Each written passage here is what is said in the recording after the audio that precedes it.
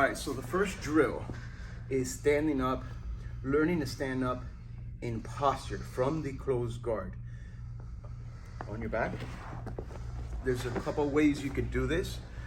I'm just showing you a simple way of doing it. Your feet are crossed, okay?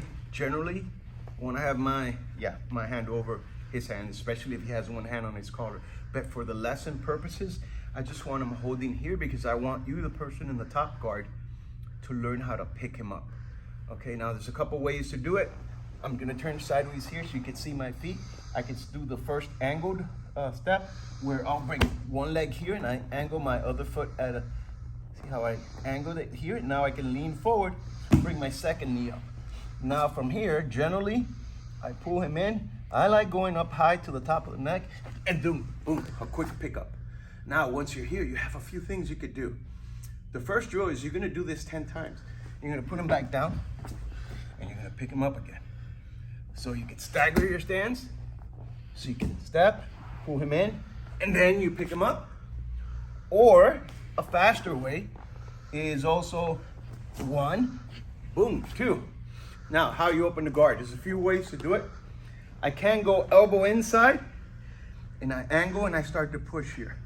As I push down, it's important to understand, if I decide to immediately pass, this knee goes straight into the pocket. And now this hand starts controlling under the neck. This hand controls under the arm. And now I bring the second knee to the party. That's the first one. If we wanted to do the right knee in,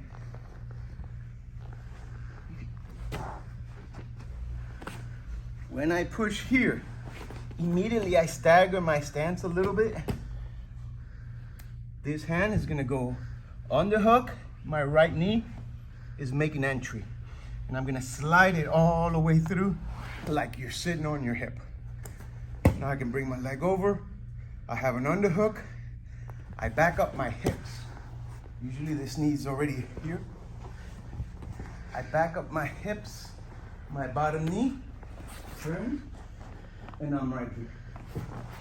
Do that a little sooner, a little quicker. Hold on to me. Boom.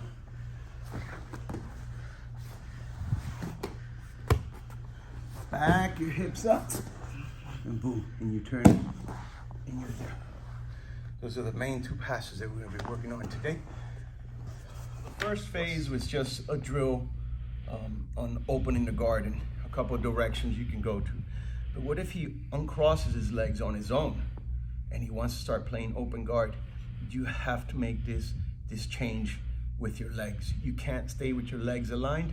You must go to a staggered stance anytime the legs come uncrossed, okay? For example, if I'm here, no, just keep your feet crossed. If I pick him up, good, everything is good. But if he uncrosses, I'm turning sideways so you can see. If I keep my feet aligned and he uncrosses his legs and he goes into an open guard where he starts attacking, number 1, he can grab my ankles.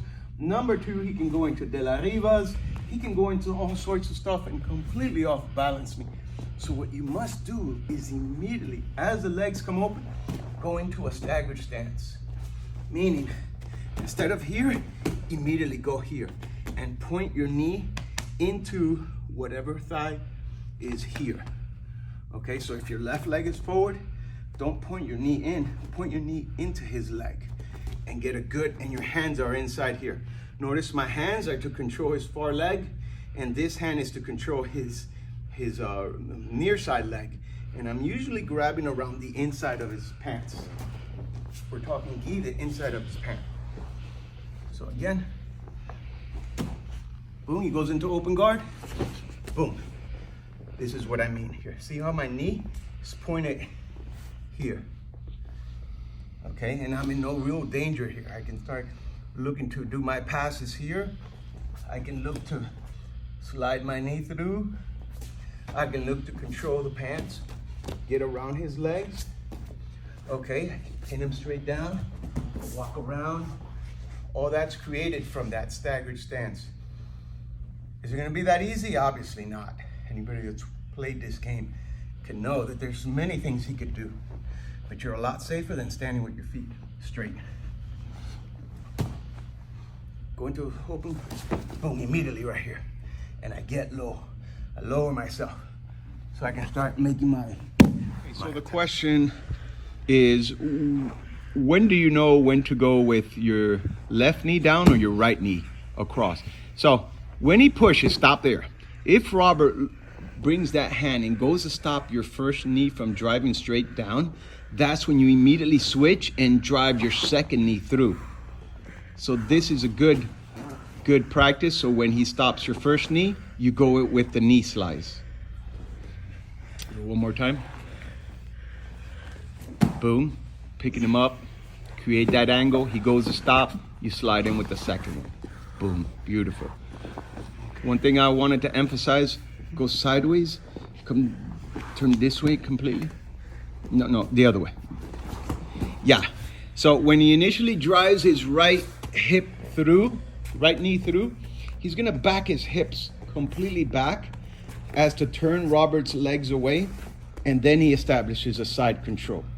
And this is important because as he was sliding that knee in, had Robert had his right elbow down, you see the right elbow on the ground right here, then that makes it easy for Robert to bring his right knee in, okay, as he's establishing side control. But by backing your hips up, go ahead. By backing your hips up from here, you remove his leg and his ability to bring his knee in. And his right elbow is useless at that moment. Good, beautiful.